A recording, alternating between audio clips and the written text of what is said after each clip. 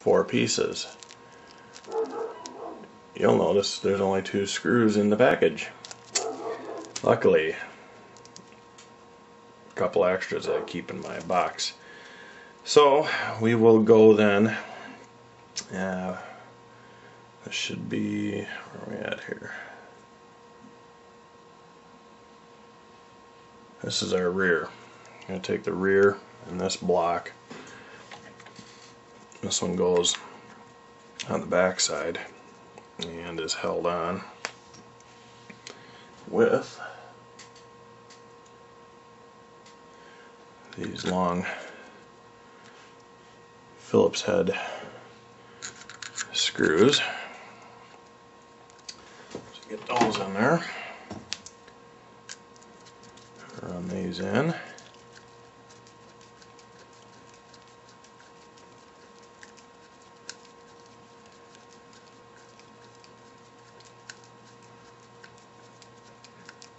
I'll get these screwed in and then we'll come back and we'll put the front pin plate on. Okay, once you've got the rear hinge pin plate in, you can take and grab the front one. You'll notice that the front one for the rear diff has a little square notch in it that drops down into the chassis. That one goes on there. We'll take our 3x15 screws here. These happen to be the ones I had, a couple of stainless. That's all I usually buy. Pretty much all I can get locally. It's stainless metrics. I'll screw these into place.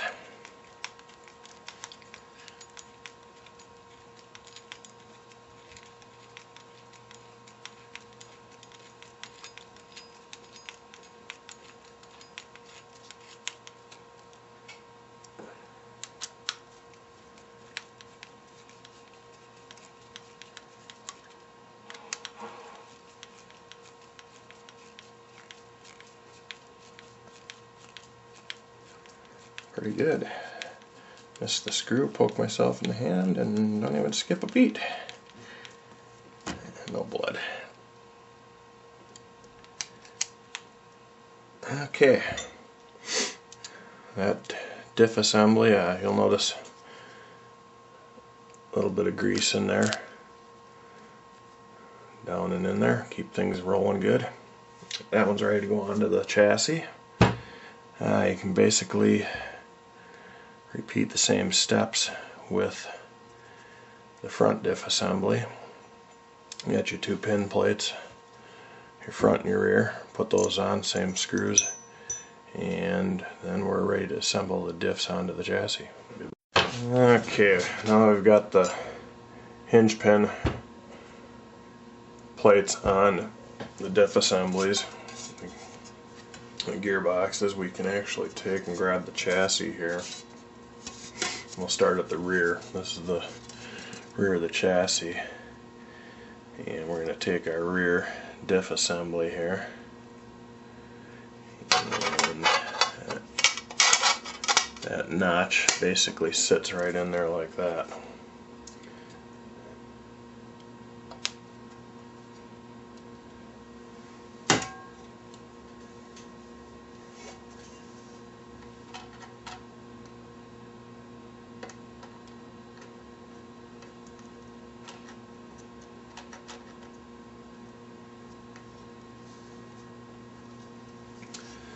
Okay, basically pops right on the chassis. You got 4 holes there. We take our 4x16 screws, 4 of them. They're going to go into these 4 holes. And we'll start by getting 2 of these started here.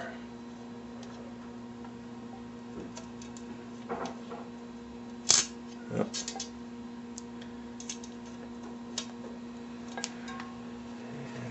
Grab some of this stuff out of the way here.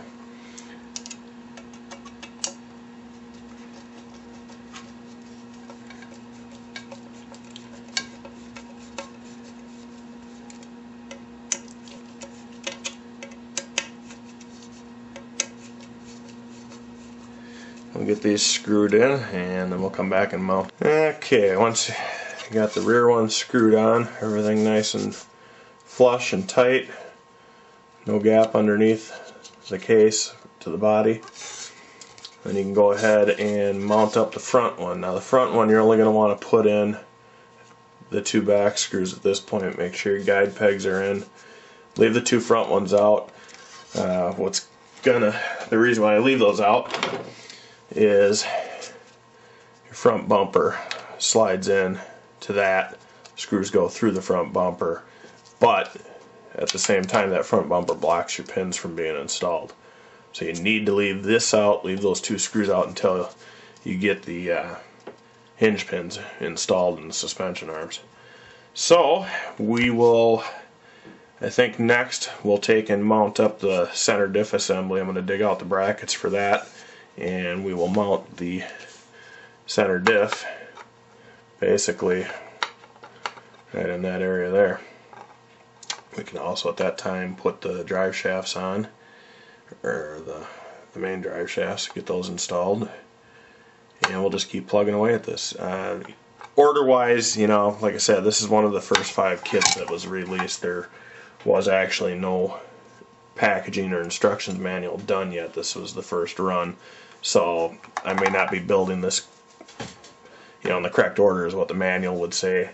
What I am doing is building it the easiest way I feel comfortable with, which we'll just keep plugging away at it here.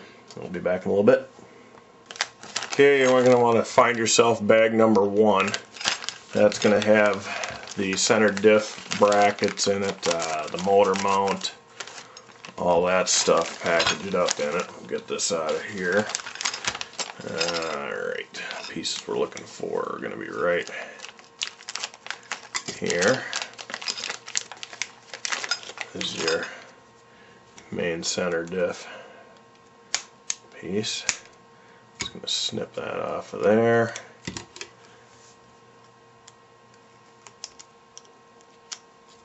Snip that off of there. And oops. I'm going to take an X-Acto knife here and just kind of clean those little, oops, sorry about that, clean those little nubs off. I'm kind of working right around the tripod for my camera here, so I bump it occasionally. Sorry about that.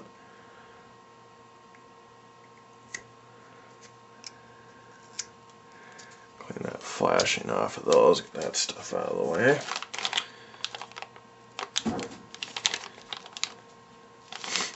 I changed the motor mount a little bit from what is on the buggy. So basically what you got is diff support for one end and then the other end right there.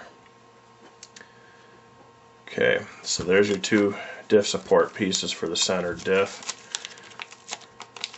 and then we're going to have the upper support. Get that out of the bag, and then we're going to have the speed controller tray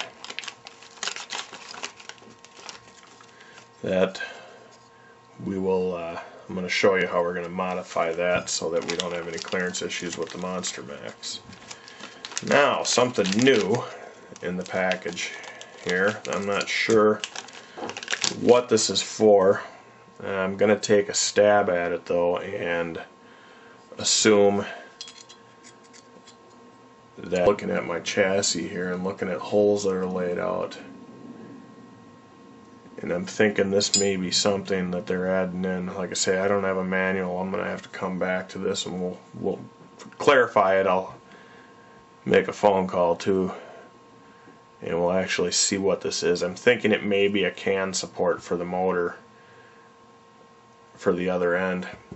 Some of these longer motors like the Monster that I'm using, you know, would need a little extra support. As you can see, this isn't going to work with this motor anyways because it's too big, but I'm thinking maybe that's what that was for, was to go on the end of the motor to give it some extra stability.